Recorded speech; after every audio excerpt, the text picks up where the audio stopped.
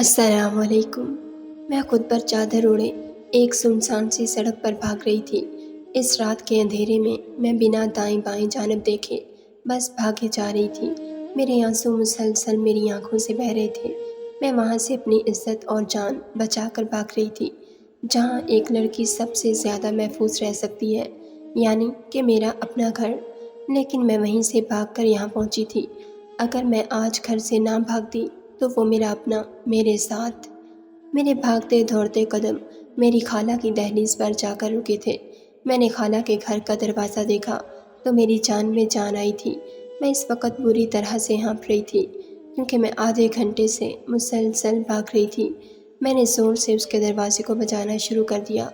میرے اندر اب بھی کہیں یہ خوف تھا کہ کہیں میرا باپ میرا پیچھا نہ کر رہا ہو۔ دروازہ میری خالہ نے ہی کھولا تھا۔ وہ نیند سے جاگی تھیں، اس لیے موندی موندی آنکھوں سے مجھے دیکھنے لگیں۔ کیوں اچانک مجھے سامنے دیکھ کر وہ حیران رہ گئی تھیں۔ میں خالہ کے ساتھ لگ کر پھوٹ پھوٹ کر رونے لگی۔ میری خالہ میرے رونے سے پریشان ہو گئیں، کہنے لگیں، پری کیا ہوا ہے؟ چندا کیوں رو رہی ہو؟ اور رات کے اس پہر تم گھر سے باہر کیوں نکلی تھی؟ دن میں آ جاتی میرے پاس، اگر رات کو تمہارے ساتھ کوئی حادثہ پیش آ جاتا تو؟ خالہ مجھے اپنے ساتھ لگائے گھر کے اندر لے آئیں۔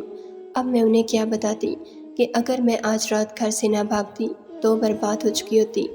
خالہ نے دروازہ بند کیا اور مجھے ایک کمرے میں لے گئیں۔ خالہ کے کمرے میں خالو سو رہے تھے، مجھے وہ دوسرے کمرے میں لے آئیں۔ مجھے بیڈ پر بٹھایا، میرے آنسو پونچھے، پھر کہنے لگیں، تم یہاں بیٹھو، میں تمہارے لیے پانی لے کر آتی ہوں۔ رو رو کے کیا حالت بنا لی ہے تم نے اپنی۔ میں کافی گھنٹوں سے رو رہی تھی، بلکہ جب سے میری ماں کا انتقال ہوا تھا میری قسمت میں تو جیسے آنسو بہانا ہی لکھ دیا گیا تھا۔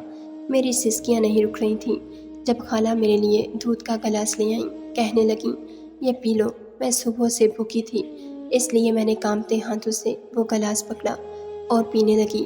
چند گھونٹ بھرتے ہی مجھے اپنے اندر ایک توانائی سی محسوس ہوئی تھی، شاید اس لیے کہ میں نے صبح سے کچھ نہیں کھایا تھا۔ خالہ کو میں نے خالی گلاس پکڑا دیا۔ خالہ مجھ سے اس وقت گھر سے بھاگنے کی وجہ پوچھنے لگیں۔ میں پھر سے رونے لگی۔ میں نے کہا، خالہ وہ ابا میرے ساتھ۔ میں روتے ہوئے ہچکیوں کے ساتھ ابھی بات بتانے ہی لگی تھی کہ خالہ کے گھر کا دروازہ بری طرح سے دڑدڑایا گیا تھا۔ میری تو جیسے جان ہی لبوں پر آئی تھی۔ میں جانتی تھی کہ ابا ہی ہوں گے۔ میں نے ڈر کر خالہ کا ہاتھ پکڑ لیا۔ میں بدحواسی ہو گئی۔ میں نے کہا، خالہ مجھے ابا سے بچا لیں، وہ مجھے اپنے ساتھ گھر لے جائیں گے اور مجھے، یہ کہہ کر میں رونے لگی۔ یہ سن کر تو خالہ بھی کچھ پریشان سی دکھائی دینے لگی تھیں۔ خالہ نے مجھے اسی کمرے میں رکھے ٹیبل کے پیچھے چھپا دیا اور کہنے لگیں کہ گھبرانا مت، میں سب سنبھال لوں گی۔ یہ کہہ کر خالہ کمرے سے باہر چلی گئیں۔ دروازے کے شور سے خالو کی آنکھ کھل گئی تھی، اس لیے دروازہ انہوں نے ہی کھولا تھا۔ ابا اور ان کے ساتھ چند ہٹے کٹے بدماش تھے جو کسی بھوکے کتے کی طرح سے میرا پیچھا کرتے کرتے یہاں تک پہنچ چکے تھے۔ باہر سے ابا کی آواز سن کر میری جان نکلی تھی۔ خوف کے مارے میرے پیٹ میں گرہیں سی پڑنے لگیں۔ ابا خالو اور خالہ سے بحث کر رہے تھے، کہنے لگے کہ انہوں نے مجھے اپنے گھر میں پناہ دی ہے، اس لیے مجھے ابا کے حوالے کر دیں ورنہ وہ پولیس میں رپورٹ کروا دیں گے۔ خالہ کہنے لگیں، ہمیں نہیں معلوم کہ فریق کہاں ہے، اور اگر تمہیں زیادہ ہی شوق ہے تو جاؤ، جہاں چاہے رپورٹ درج کروا لو۔ کافی دیر باہر بحث ہوتی رہی، لیکن خالہ نے میرے ابا کو کمروں میں تلاشی نہیں لینے دی۔ بالآخر وہ واپس جا چکے تھے۔ کچھ دیر بعد ہی خالہ کمرے میں داخل ہوئیں، کہنے لگیں، پری آخر ایسا کیا ہوا تھا جو تم منہ اندھیرے گھر سے بھاگی ہو؟ تمہارا باپ تو ہم پر کیس کر دے گا۔ میں یہ سن کر اور بھی ڈر گئی۔ میرا باپ ایک نشئی تھا، شراب کا عادی تھا، جوا بھی کھیلتا تھا۔ پہلے تو اس کی جارحیت کا نشانہ اماں ہی بنتی رہی تھیں، لیکن جب اماں کا انتقال ہو گیا تو ابا کی جہالت مجھ سے شروع ہو گئی۔ میرے لیے میرا سب کچھ میری ماں تھی۔ مجھے بچپن سے ہی ابا سے ڈر لگتا تھا۔ ابا جب گھر آتے میں کمرے میں چھپ جاتی، وہ شراب میں دودھ امی سے کھانے میں گوشت یا چکن ہی مانگتے۔ میری ماں دوسروں کے گھروں میں ملازمت کر کے گھر کا سلسلہ جیسے تیسے چلاتی تھیں۔ اس پر ابا کی فرمائشیں وہ روز روز پوری نہیں کر سکتی تھیں۔ یہاں امی کے منہ سے انکار نکلتا تھا، ادھر ابا امی پر ہاتھ اٹھانے لگتے۔ اپنی ماں کی چیخ و پکار سن کر میرا دل تڑپ کر رہ جاتا، لیکن ابا کے خوف سے میں کمرے سے باہر نہیں نکلتی تھی۔ مجھے ڈر لگتا تھا مگر ایک بار ابا کی مار سے امی کی چیخوں پکار کی آوازیں بس کچھ دیر ہی گونجی تھیں۔ میں ڈر کے مارے دبک کر اپنے کمرے کے ایک کونے میں ہی بیٹھی ہوئی تھی۔ بہت جلد ہی اماں کی چیخیں بند ہو گئیں۔ اس کے بعد ابا کی گالیوں کی آواز بھی نہیں آئی۔ میں نے دل میں شکر کیا کہ اچھا ہے، آج جھگڑا جلدی ہی ختم ہو گیا، لیکن یہ نہیں معلوم تھا کہ وہ رات میری ماں کی آخری رات ہوگی۔ صبح میری ماں کا بے جان زخمی وجود ہی ذہن میں بڑا تھا۔ میں بھاگ کر امی کے پاس آئی، رونے لگی۔ ابا آج کچھ شرمندہ شرمندہ سا تھا، لیکن انجان بنا رہا، لیکن اس کی آنکھیں اس بات کی چغلی کھا رہی تھیں وہی اماں کا قاتل ہے۔ یہ سب میں جان کر بھی اپنے خوف کی وجہ سے کسی کو بتا نہ سکی۔ میری خالہ آئیں تو میں ان کے ساتھ لگ کر رونے لگی۔ میری ماں قبر کی آغوش میں جا چکی تھی۔ چند روز تو خالہ میرے پاس ہی رہیں، میری دل جوئی کرتی رہیں، لیکن جیسے ہی وہ واپس جانے لگیں تو میں رونے لگی۔ میں نے کہا خالہ مجھے ساتھ لے جائیں۔ میری بات سن کر جب خالہ نے یہی بات ابا سے کہی تو انہوں نے صاف انکار کر دیا، کہنے لگے میری بیٹی میرے پاس ہی رہے گی۔ خالہ نے بہت کہا کہ وہ اکیلی کیسے گھر میں رہ سکتی ہے، میں اسے ماں کی طرح سے رکھوں گی، لیکن وہ نہیں مانے۔ گھر سارا کام اب میرے سر پر آ چکا تھا۔ ابا جوئے میں سے کچھ پیسے جیت جاتا تو گھر کا چولہا چل جاتا، ورنہ مجھے فاقے ہی کاٹنے پڑتے تھے۔ جب میں ابا سے کھانے کو مانگتی تو مجھے مارنے پیٹنے لگتا۔ میں روتے دھوتے بھوکی پیاسی ہی سو جاتی، لیکن آج رات جو ہوا وہ میرے لیے ناقابل یقین تھا۔ ابا آج رات اپنے ساتھ 2 ہٹے کٹے مردوں کو لے آیا، پھر مجھ سے کہنے لگا کہ وہ مجھے جوئے میں ہار گیا ہے، صبح ہی میرا نکاح ان دونوں مردوں میں سے ایک کے ساتھ کر دے گا۔ یہ سن کر میری جان ہی نکل گئی تھی۔ میں اپنے کمرے میں چلی گئی۔ رات کو جب ابا اور وہ دونوں شراب کے نشے میں دھت صحن میں ہی بے ہوش تھے تو میں گھر سے باہر نکل کر بھاگنے لگی۔ اب خالہ سے رو رو کر سب کچھ بتا رہی تھی۔ خالہ مجھ سے کہنے لگیں کہ وہ مجھے یوں اپنے گھر میں نہیں رکھ سکتی کیونکہ میرا باپ زندہ ہے، اس لیے وہ پولیس کے ذریعے مجھے حاصل کر لے گا۔ یہ سن کر میں رونے لگی۔ میں نے کہا کہ آپ مجھے بچا لیں، میرا باپ مجھے بدماشوں کے حوالے کر دے گا، میں برباد ہو جاؤں گی۔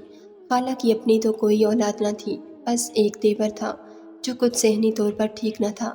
خالہ نے کہا کہ اگر میں وقتی طور پر اس سے نکاح کر لوں تو کم از کم میرا باپ مجھے واپس نہیں لے جا سکتا۔ پھر کہنے لگیں کہ ان کا دیور شمس ویسے بھی ان باتوں سے انجان ہے، بس اپنے آپ میں رہتا ہے، تمہیں کچھ نہیں کہے گا۔ وقتی طور پر اگر میں اس سے نکاح کر لوں تو میری اپنے باپ سے جان خلاصی ہو جائے گی۔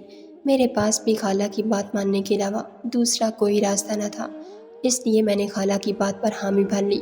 صبح ہی خالہ نے اپنے دیور سے میرا نکاح کروا دیا۔ وہ واقعی باولا سا لڑکا تھا، عمر میں میرے جتنا ہی ہوگا، لیکن اپنے آپ میں رہنے کا عادی تھا۔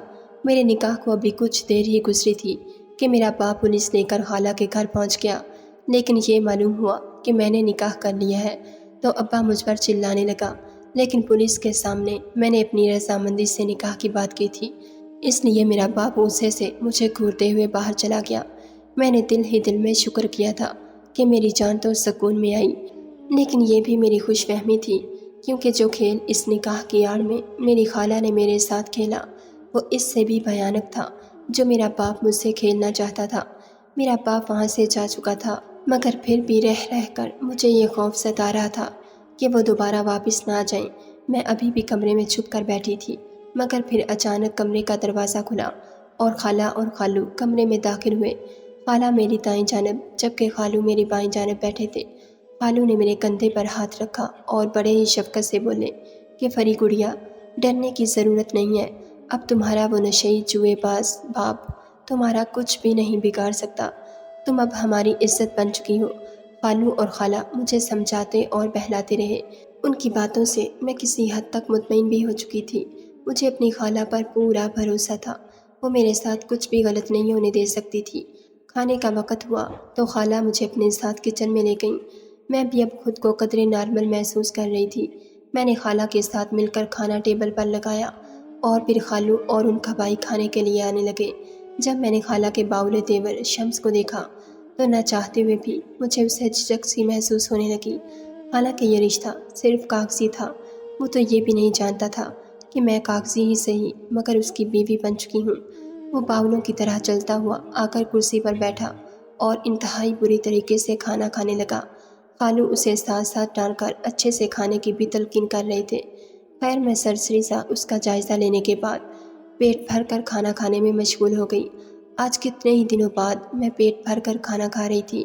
میں کھانا کھا رہی تھی تو خالو بار بار میری جانب کبھی چاول اور کبھی کوفتے کا سالن بڑھاتے اور پھر مجھے خود پلیٹ میں کھانا ڈال کر دیتے ہوئے کہتے کہ کھاؤ اور اپنی طبیعت ٹھیک کرو، دیکھو تو کیسی زرد پڑ چکی ہو۔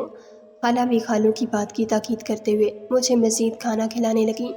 جب میں کھانا کھا چکی تو پھر اپنے کمرے میں آ گئی اور بستر پر نیم دراز ہو کر ایک سکون کا سانس خارج کیا۔ میں اس وقت اپنی عمر بہت چھوٹی تھی اور میں جانتی تھی کہ کچھ عرصے بعد یہ سارا معاملہ ٹھنڈا پڑ جائے گا تو خالہ مجھے اپنے دیور سے طلاق دلوا دیں گی۔ انہی سوچوں میں گم میں نیم دراز آنکھیں موندے لیٹی ہوئی تھی کہ اچانک سے کسی مرد نے میرے گال پر ہاتھ رکھا۔ میں بوکھلا کر بڑی مشکل سے اپنی چیخ روکتے ہوئے آنکھیں کھول کر دیکھنے لگی۔ میں نے جب دیکھا تو سامنے خالو کھڑے تھے۔ وہ مجھے یوں ہڑبڑایا ہوا دیکھ کر کہنے لگے کہ ارے فری، تم اتنا ڈر کیوں رہی ہو؟ میں ہوں تمہارا خالو۔ وہ مسکرا کر میرے پاس ہی بستر پر بیٹھ چکے تھے۔ ان کا یوں بے تکلفانہ انداز مجھے بالکل بھی اچھا نہیں لگا تھا۔ میں فوراً ان سے ذرا دور ہٹ کر بیٹھ گئی اور شرمندہ سے انداز میں بولی کہ نہیں، آپ کی موجودگی کا احساس نہیں ہوا، اس لیے بس تھوڑا ڈر گئی تھی۔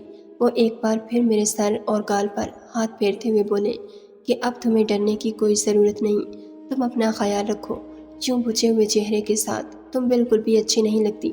خالو کی نرمی اور شفقت میں نے صرف ان کی بھانجی ہونے کے ناطے سمجھا تھا، مگر ان کے دل میں کیا چل رہا تھا یہ میں بالکل بھی نہیں جانتی تھی۔ تبھی خالہ کمرے میں آئیں۔ ان کے ہاتھ میں دودھ کا گلاس تھا۔ میری جانب بڑھاتے ہوئے بولی کہ شاباش، اسے جلدی سے پی جاؤ، تمہیں سکون کی نیند آئے گی۔ میں پیٹ بھر کر کھانا کھا چکی تھی، اس لیے مجھ سے مزید دودھ پینا مشکل ہو گیا تھا، مگر خالہ کے بے حد اصرار پر مجھے وہ پورا گلاس پینا پڑا۔ دودھ ختم ہوا تو خالو مسکرا کر میری جانب دیکھنے لگے اور تبھی خالہ بولی کہ تم اب سکون سے سو جاؤ۔ وہ دونوں کمرے سے جا چکے تھے۔ ان کے جاتے ہی مجھے بھی نیند آنے لگی۔ شاید میں کئی روز سے سکون سے سو نہیں پائی تھی، یہی وجہ تھی کہ مجھے جلد ہی نیند آ گئی اور میں سو گئی۔ ساری رات میں بے خبر سوتی رہی۔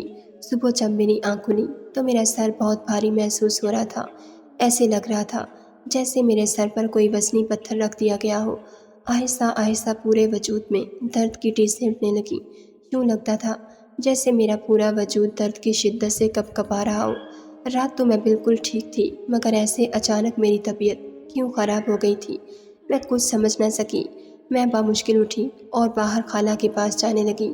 میں جو ہی کمرے سے باہر نکلی تو مجھے خالو دکھائی دے، جو مجھے بغور سر تا پیر دیکھنے کے بعد مسکرا رہے تھے۔ ان کا یوں مسکرانا مجھے کافی الجھانے لگا تھا۔ میں نے خالہ کے پاس جا کر انہیں بتایا کہ میری طبیعت بہت خراب محسوس ہو رہی ہے۔ وہ سٹ پٹا کر کہنے لگیں کہ تم جا کر کمرے میں لیٹ جاؤ۔ وہ سارا دن میں نے غنودگی میں ہی گزارا تھا۔ شام کو جب میری طبیعت کچھ سنبھلی تو میں صحن میں چلی آئی، جہاں میرا شوہر شمس کیاریوں کے پاس بیٹھا مٹی نکال نکال کر باہر پھینک رہا تھا۔ نہ جانے وہ ایسا کیوں کر رہا تھا۔ اسے ایسا کرتے دیکھ مجھے اچنبھا ہوا اور میں جلدی جلدی اس کے پاس آ گئی اور پوچھنے لگی کہ وہ کیا کر رہا ہے۔ میرے کئی بار سوال پر بھی اس نے مجھے کوئی جواب نہ دیا۔ جب میں نے چوتھی بار اس سے پوچھا تو اس نے ایک کڑی نظر مجھ پر ڈالی اور پھر مٹی سے بھری مٹھی میری جانب اچھال دی۔ وہ گیلی مٹی مجھ پر گر چکی تھی اور میری آنکھوں میں بھی جا چکی تھی۔ میں کرراہ کر زمین پر گری اور خالہ کو آوازیں دینے لگی۔ خالہ جب باہر آئیں تو مجھے شمس کے پاس دیکھ کر پریشان ہو گئیں اور پھر معاملہ جاننے کے بعد شمس کو ڈانٹتے ہوئے بولیں کہ خبردار، جو دوبارہ اب میری بھانجی کے پاس نظر بھی آئے ورنہ بہت ماروں گی۔ شمس پاگل تو تھا ہی، مگر اس حد تک خطرناک پاگل تھا مجھے اس کا اندازہ نہیں تھا۔ میں اب شمس سے دور ہی رہنے لگی تھی۔ روزانہ رات کو خالہ میرے لیے دودھ کا گلاس لاتی اور خاص طور پر مجھے پلانے کے بعد ہی کمرے سے جایا کرتی تھی۔ دودھ پیتے ہی نہ جانے کیوں مجھے بہت سکون کی نیند آ جایا کرتی اور پھر میری آنکھ صبح سے پہلے کھلتی ہی نہ تھی۔ میں اس روز بھی خراب طبیعت کی وجہ سے کافی لیٹ آئی تھی۔ مجھے چکر سے آ رہے تھے اور جی متلا رہا تھا۔ میں جب کمرے سے باہر نکلی تو سامنے خالو میرا ہی جیسے انتظار کر رہے تھے۔ مجھے دیکھتے ہی فوراً میرے پاس آئے اور مجھے کندھوں سے تھام کر بولے کہ فری، تم اٹھ گئی؟ یہ دیکھو، میں کل رات تمہارے لیے کچھ تحفے لے کر آیا تھا، مگر تم سو چکی تھی، اس لیے سوچا کہ ابھی دے دوں۔ مجھے ان کا یہ انداز بہت ہی برا لگا تھا۔ وہ بار بار کبھی مجھے ہاتھوں سے تھام لیتے تو کبھی میری گال سہلا دیا کرتے۔ ان کے اس لمس میں مجھے عجیب سی اکتاہٹ محسوس ہوتی تھی۔ میں نے ان کے دیے تحفے لے لیے اور کمرے میں رکھ دیے۔ مجھے چکر سے آنے لگے تھے اور طبیعت خراب محسوس ہو رہی تھی۔ میں ابھی ناشتے کے بعد خالہ کا کام میں ہاتھ بٹانے لگی تھی کہ اچانک سے مجھے چکر آئے اور میں زمین پر گر گئی۔ میری طبیعت بہت خراب ہو گئی تھی۔ خوف کے مارے میں رونے لگی تھی۔ خالہ میری حالت دیکھ کر ڈر گئیں اور مجھے لے کر ڈاکٹر کے پاس چلی آئیں۔ نہ جانے اچانک مجھے کیا ہو گیا تھا، میں اندر ہی اندر بہت بے چینی محسوس کر رہی تھی۔ ڈاکٹر نے جب میرا چیک اپ کیا تو وہ کافی پریشان دکھائی دینے لگیں اور پھر میری خالہ سے کہنے لگیں کہ اتنی کم عمر بچی کی اول تو شادی کروانی ہی نہیں چاہیے تھی، لیکن خیر میں یہ بتانا چاہتی تھی کہ آپ کی بھانجی امی سے ہے۔ ڈاکٹر کے منہ سے یہ الفاظ مجھ پر پہاڑ بن کر ٹوٹے تھے۔ میرا وجود تو جیسے سن ہو چکا تھا۔ آخر وہ کیا کہنا چاہتی تھی؟ میں حاملہ؟ مگر کیسے؟ خالہ نے جب یہ سنا تو وہ سکتے کی حالت میں آ گئیں اور میری جانب دیکھنے لگیں، مگر اگلے ہی لمحے ان کے چہرے پر مسکراہٹ پھیل گئی اور وہ مجھے گلے لگا کر مبارکباد دینے لگیں۔ میں ابھی تک یہی سوچ رہی تھی کہ آخر میں حاملہ کیسے ہو سکتی تھی؟ کہیں شمس نے تو میرے ساتھ، مگر وہ کیسے میرے ساتھ کچھ کر سکتا تھا؟ وہ تو ذہنی مریض تھا، وہ تو سارا دن کھیل کود اور چیزوں کو خراب کرنے میں مگن رہتا تھا۔ اسے تو یہ بھی نہیں معلوم تھا کہ میں اس کی بیوی ہوں۔ میں انہی سوچوں میں گم تھی کہ اچانک سے میرے دماغ میں ایک دھماکہ ہوا اور ذہن میں خالو کی تصویر بنی۔ مجھے خالو کا رویہ یاد آنے لگا، ان کا میرے ساتھ دوستانہ رویہ، بار بار میرے قریب آنا، یعنی یہ سب میرے ساتھ خالو نے کیا تھا۔ اس سوچ کا آنا تھا کہ میرا وجود لرزنے لگا۔ خالہ مجھے خوشی خوشی لے کر گھر آ گئیں اور یہ خبر شمس اور خالو کو سنانے لگیں۔ شمس نے ایک نظر مجھ پر ڈالی اور ایک نظر خالہ پر ڈالنے کے بعد واپس اپنے کام میں مگن ہو گیا، جبکہ خالو کی خوشی کی کوئی انتہا نہ رہی تھی۔ انہوں نے یہ خبر سنتے ہی خالہ کو گلے سے لگا لیا۔ وہ ایک دوسرے کو مبارکباد دے رہے تھے، جبکہ خالو میرا ہاتھ پکڑ کر کہنے لگے کہ تم کھڑی کیوں ہو، یہاں پر آ کر بیٹھو اور اپنا بہت سارا خیال رکھو۔ کچھ دیر بعد جب خالو اور شمس وہاں سے گئے تو میں خالہ کے گلے لگ کر رونے لگی اور بولی، خالہ یہ سب کیسے ہو سکتا ہے؟ میں تو شمس کو پاگل سمجھتی تھی، مگر خالہ میری حالت دیکھ کر مجھے چپ کرواتے ہوئے بولی کہ اب جو کچھ ہونا تھا وہ ہو چکا ہے بیٹا۔ تمہارے سونے کے بعد میں نے اکثر شمس کو تمہارے کمرے سے نکلتے دیکھا ہے۔ اب وہ تمہارا شوہر تھا، میں اسے روک تو نہیں سکتی تھی۔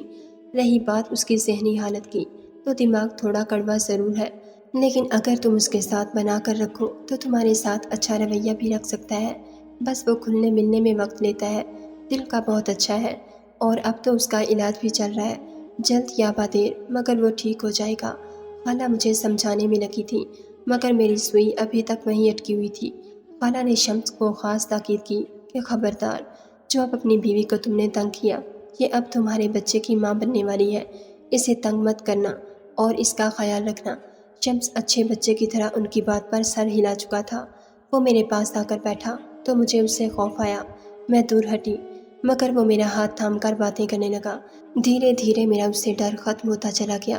مگر شام کو جب خالو گھر آئے تو میرے لیے ڈھیر سارا پھل اور بہت ساری کھانے پینے کی چیزیں لے کر آئے۔ انہوں نے اپنے ہاتھوں سے پھل کاٹ کر مجھے دیے۔ مجھے ان سے شدید نفرت محسوس ہو رہی تھی۔ میرے ساتھ اتنا سب کچھ ہو چکا تھا، مگر میں اب تک کچھ پہچان کیسے نہیں سکی تھی۔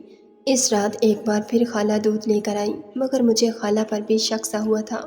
شاید وہی تو شوہر کے ساتھ مل کر میرے ساتھ غلط تو نہیں کر رہی تھی۔ میں نے دودھ کا گلاس پینے کے بجائے سارا دودھ ان سے چھپ کر گرا دیا۔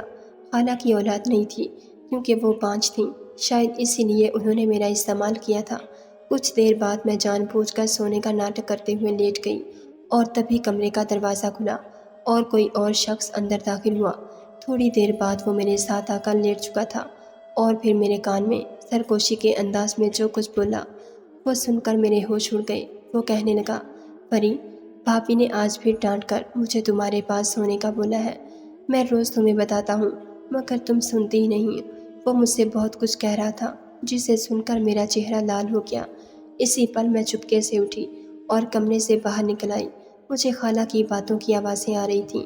خالو خوشی سے خالہ کو کہنے لگے کہ مجھ سے تو انتظار ہی نہیں ہو رہا، کب 9 ماہ پورے ہوں گے اور وہ بچہ ہماری گود میں آئے گا۔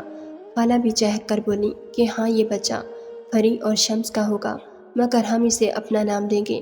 اسی لیے تو یہ سارا کھیل رچایا میں نے، تاکہ ہمیں اولاد مل سکے۔